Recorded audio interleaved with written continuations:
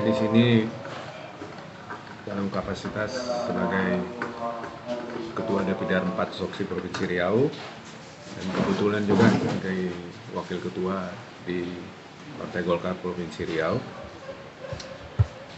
Jadi ada dalam persoalan Ibu Ida Yulianti.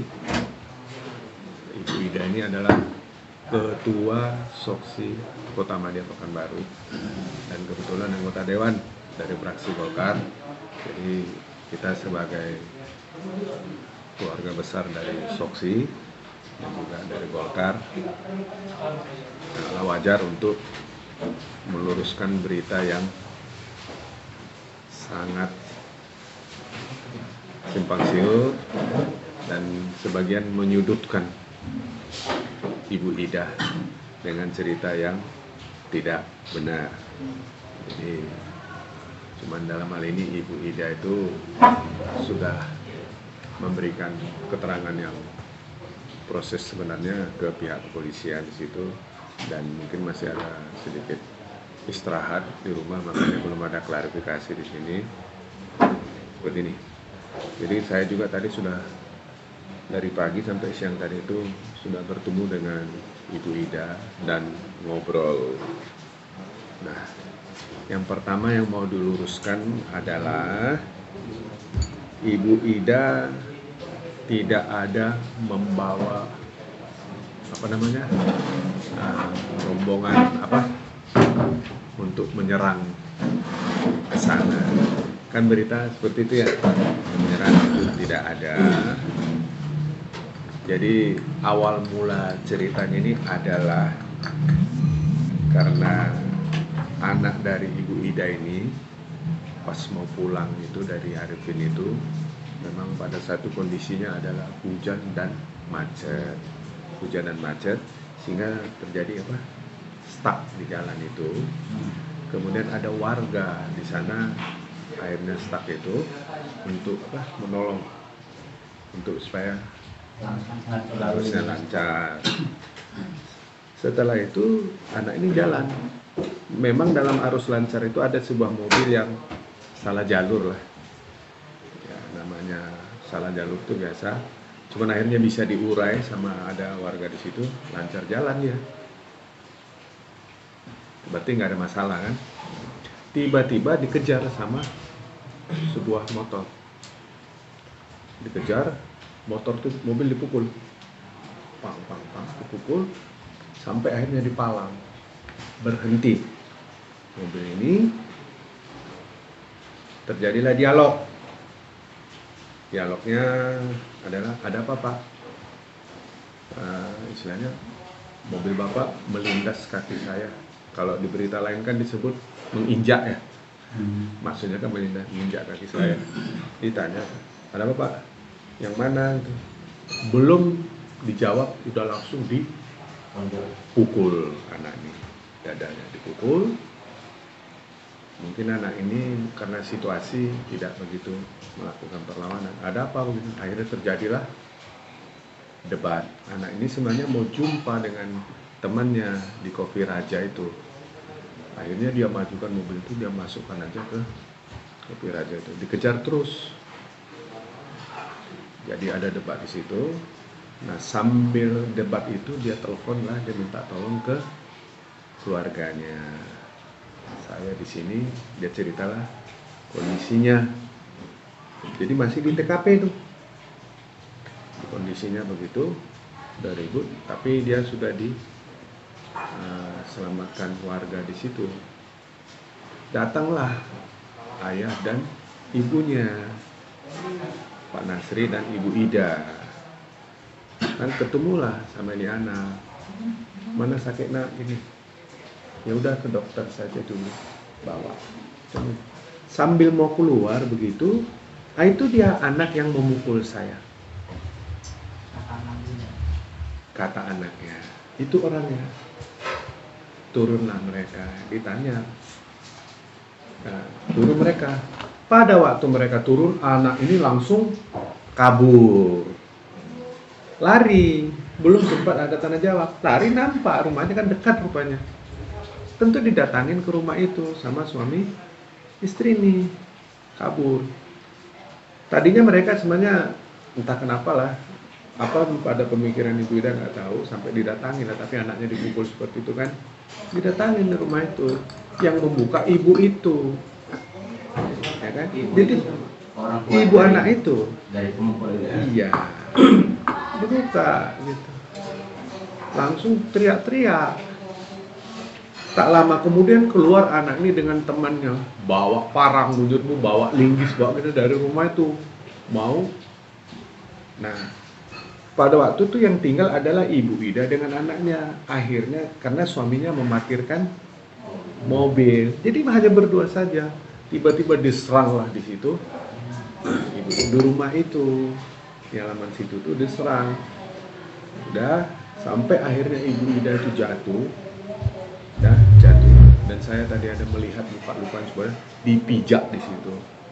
Kan luar biasa itu anak-anak muda begitu pada seorang ibu. Dia nggak tahu masalah, dipijak di situ. Sampai ada yang mukulin sampai pakai ikat pinggang. Kan udah biadab. Nah, seperti itu. Sampai ada akhirnya memarah, itulah dilindungin. Yang melindungi itu siapa? Anaknya, peluk ibunya sudah di tanah, ditenang. Nah, itulah terjadi, istilahnya diserang lah. Padahal sebenarnya niat mereka kan mau ke rumah itu menyamperin, kok sampai anak saya dipukulin. Kalau Anda ketabrak, ayo kita ke dokter. Nah, dalam situasi seperti itu, akhirnya diselamatkan sama warga di situ, entah siapa gitu, dilindungi, dilarikanlah mereka ini ke salah satu kafe di situ. Saya nggak tahu tentang kafe apa itu, kafe di situ dilindungi, kami nggak kuat, sambil menelpon ke pihak aparat kepolisian, kemudian menelpon juga ke Grab karena mau kabur dalam pengertian cari selamat di situ. Sampai datang adalah warga. Kita kan biasa kalau ada kerumunan itu udah nggak tahu masalah, tiba-tiba di sana dicubit sikit, sampai di sana udah digorok aja ceritanya. Dikupung lah mereka. Dikupung mereka di situ. Banyak dialognya, saya nggak perlu cerita lah. Dialog itu tentu tidak kondusif lagi. Sudah masuklah bantuan laporan ini dari pihak Polres, polisi datang karena ditelepon. Nah, disitulah mereka baru diselamatkan, dibawa ke dokter.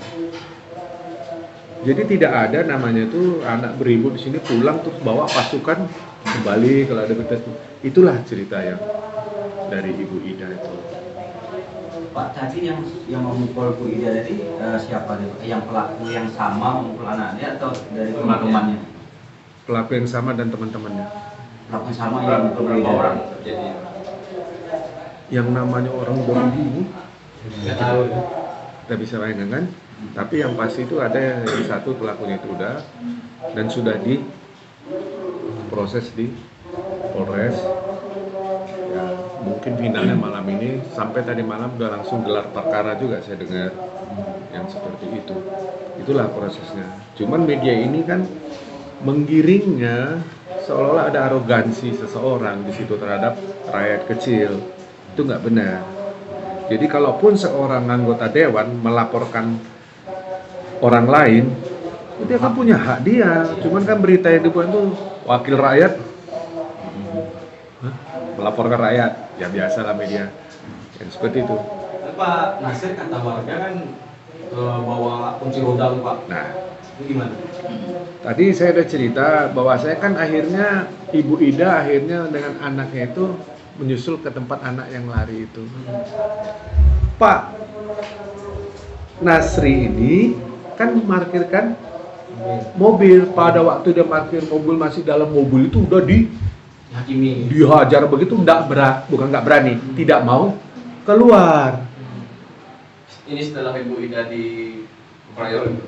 Yang satu dikeroyok sana, yang satu mengepung mobil, dihancurin, tidak keluar. Bukan tidak berani, kan konyol namanya itu, tidak keluar sama sekali. Dan satu hal, kan itu kan bisa dicek tuh kunci roda itu kan nggak gampang ngambil tuh. Kalau tahu kan mobil kijang gitu kan, itu kan prosesnya panjang tuh ngambil tuh. Iya. Nah, Jadi nggak ada, jadi dia masih di mobil, belum keluar, belum ngapa-ngapain, masih di dalam mobil mau parkir itu, udah dikepung lagi sama orang, dihajar habis mobil itu. Tentu kalau kita pun posisi itu pasti nggak akan keluar, pasti konyol, pasti konyol, dia nggak keluar, tidak keluar sama sekali. Jadi dia bilang, dan satu, kalaupun ngeliat kunci roda itu kan, kunci rodanya mana, kan kena kan gitu. Tentu yang kena toko ada nggak? Kan nggak ada. Nah itu dia nggak keluar. Jadi kesannya menyerbu di sana, masuk ke rumah, bawa ini bawa itu. Nah yang itulah tadi ceritanya. Nah, yang bawa parang dari rumah itu, parang itu mengenai Ibu Ida atau ke arah mobil yang diparkir Pak Nasir? Ke Ibu Ida. Apa yang kenapa? Saya dengar sih kan yang banyak kayak Ibu Ida itu sebenarnya dipijak. Apanya tuh? Kan udah jatuh sampai ditendang kan telungkup, dipijak bagian kakinya ya. Kaki badan? Iya, tadi saya lihat juga ada memarnya di sini, di punggung. Cuman nggak bisa banyak menunjukkan, ya nggak mungkin kan saya bukan muridnya. Nah, yang di Jadi yang sini diberitakan itu kan Bu Ida itu kena luka tusukan atau sabetan? nggak ada, Nggak ada ya? nggak ada, itu nggak benar. Berarti pukulan aja Pak?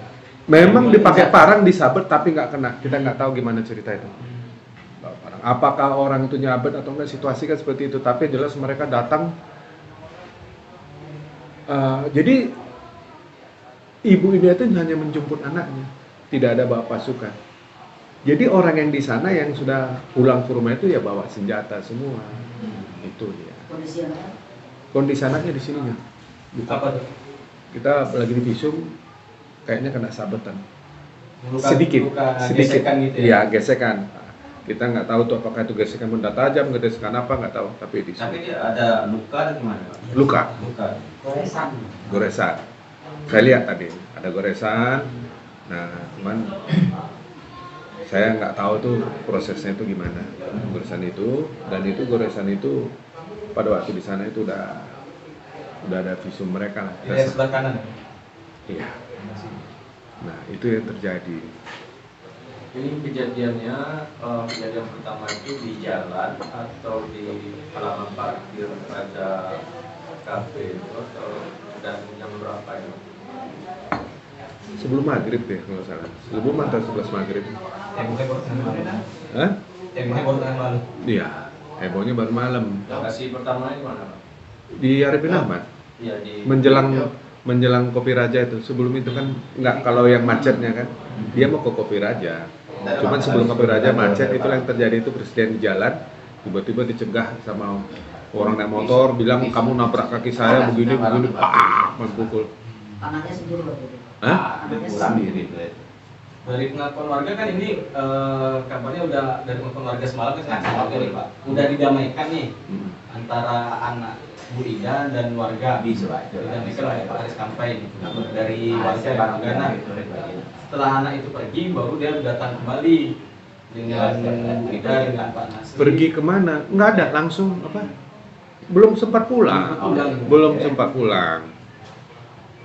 Jadi yang datang kembali itu bukan rombongan Bu Ida, yang datang itu dari Polres.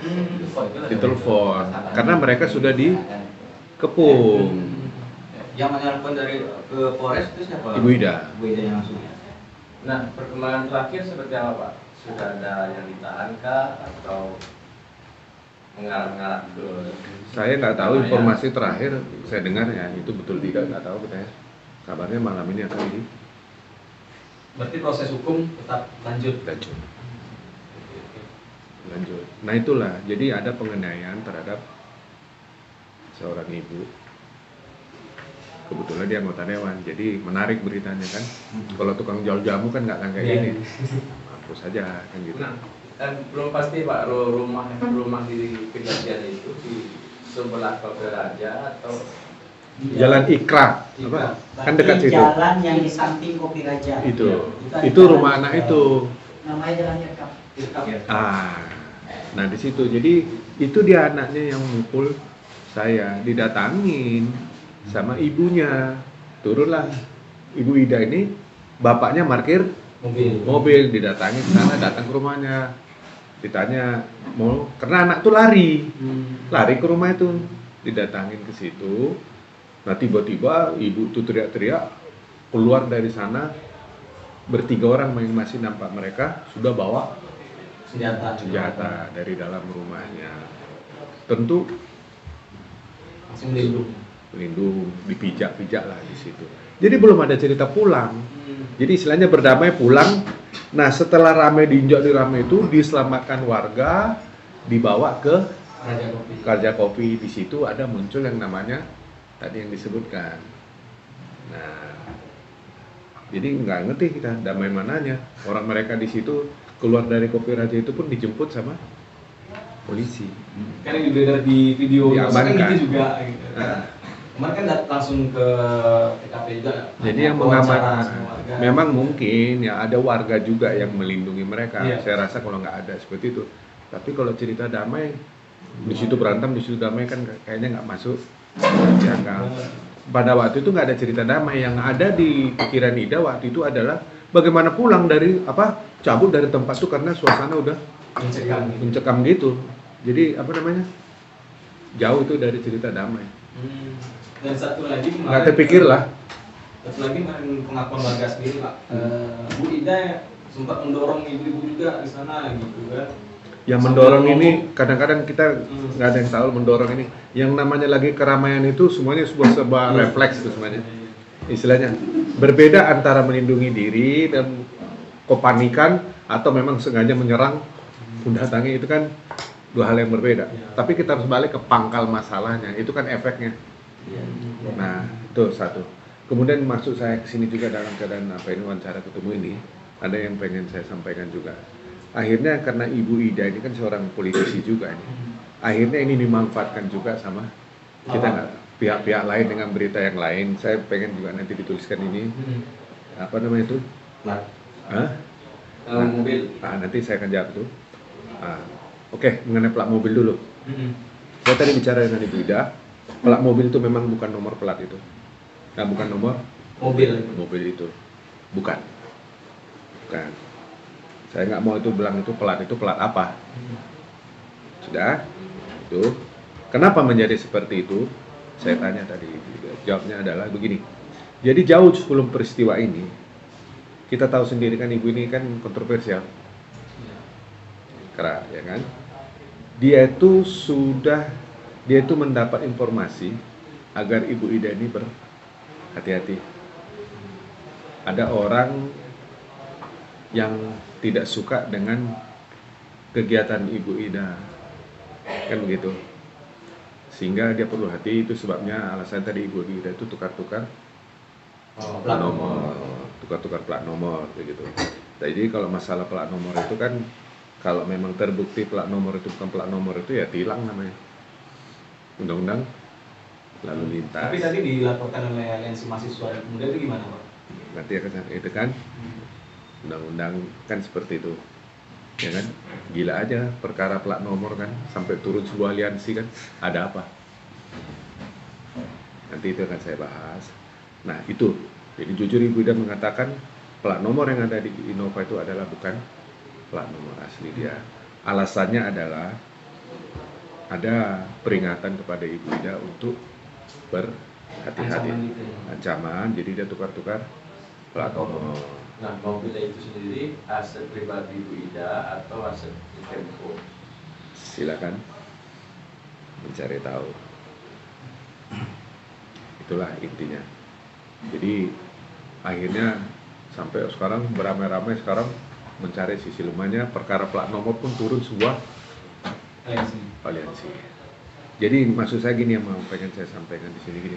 Saya sebagai ketua Soksi, tanggung jawab moral ada di saya terhadap kader saya, Ibu Ida, dan juga ada di Golkar gini. Ada pihak-pihak tertentu yang memanfaatkan situasi ini. Kita kan biar sajalah kepolisian menyelidiki persoalan ini sebenarnya bagaimana. Karena sudah melapor. Kan sudah melapor. Jadi apapun opini yang kita bikin ya tetap polisian kan sudah. Karena pada malam itu juga langsung olah TKP. Bahkan malam kemarin pun langsung gelar perkara. Jadi jawaban itu sudah ada di kepolisian. Waktu gelar perkara itu orang-orang yang di rumah tadi dan semua warga sekitar masih ada atau sudah kawin? Kepolisian. Jadi poinnya di sini ada sekarang ini kalau saya lihat ini jangan memanfaatkan situasi ini. Jadi kalau pun mau dibilang ini sebenarnya cerita-cerita biasa saja ini. Cuman karena Ibu Ida ini bukan tukang jamu, anggota dewan, jadi ramai memanipulasi dan sebagainya gini. Saya bisa aja bercerita ini sekarang latar belakang ini semuanya, cuman terlampau jauh. Kita juga tahu siapa di balik berita-berita ini, kita tahu. Jadi cuman kasihan kan, ketika masyarakat sekarang ini disuguhkan sebuah cerita yang argumentasi beropini liar seperti itu. untuk mengkaburkan persoalan utama berarti itu. Iya, jadi saya juga meminta pada kelompok-kelompok elit yang ada di Provinsi Riau ini tidak usah juga menggoreng-goreng peristiwa ini untuk maksud-maksud yang lain, menumpang di persoalan ini. Berhentilah, kasihan kan, kita udah letih ini menghadapi COVID ini, tidak usah lagi kita dibuat yang seperti ini gitu. Terkait dengan laporan aliansi tadi, Hah? apakah terkait dengan laporan aliansi tadi, apakah Soksi sendiri akan memberikan Ya gini, tim advokat gitu? tadi saya menawarkan ke Ibu Ida, kita akan menurunkan tim pendamping pada Ibu Ida bila diperlukan, bahkan dari Partai Golkar mendampingi beliau, gitu. Kita, ya, kalau Ibu Ida memerlukannya, tapi kita menawarkannya secara resmi karena di Soksi sendiri kita punya Advokat, tim advokat. ada kita namanya bidang hukum dan HAM, ketuanya itu Ibu Eva Nora. Tadi saya udah kontak juga, bersedia. Cuman kita melihat dulu proses yang ada di Polres itu. Kalau ini lanjut terus, tentu kita akan menurunkan tim pendamping. Ibu Ida sendiri sudah menerima tawaran atau bagaimana? Tadi saya tawarkan langsung. Mau atau Bu Ida sudah menerima tawaran tadi? Mau dong. Mau gitu ya, apresiasi. Mau untuk menemani seperti itu. Berarti sudah clear ya, nanti Bu Eva Nora nanti yang bakal Bukan mendampingi. Eva Nora, Tim ini. Oh, timnya. tim, bukan yang Eva Nora, tapi kita sendiri di Soksi ini punya Bidang hukum. bidang hukum yang untuk masalah itu kebetulan ada, kita akan kirim kalau diperlukan. Ibu Nora bersedia aja, mungkin masalah waktu kan, gitu. Perkara nanti yang diturunkan siapa, selain cerita. Kita ada lembaga konsultan dan bantuan hukum, itu ada. Itu dia.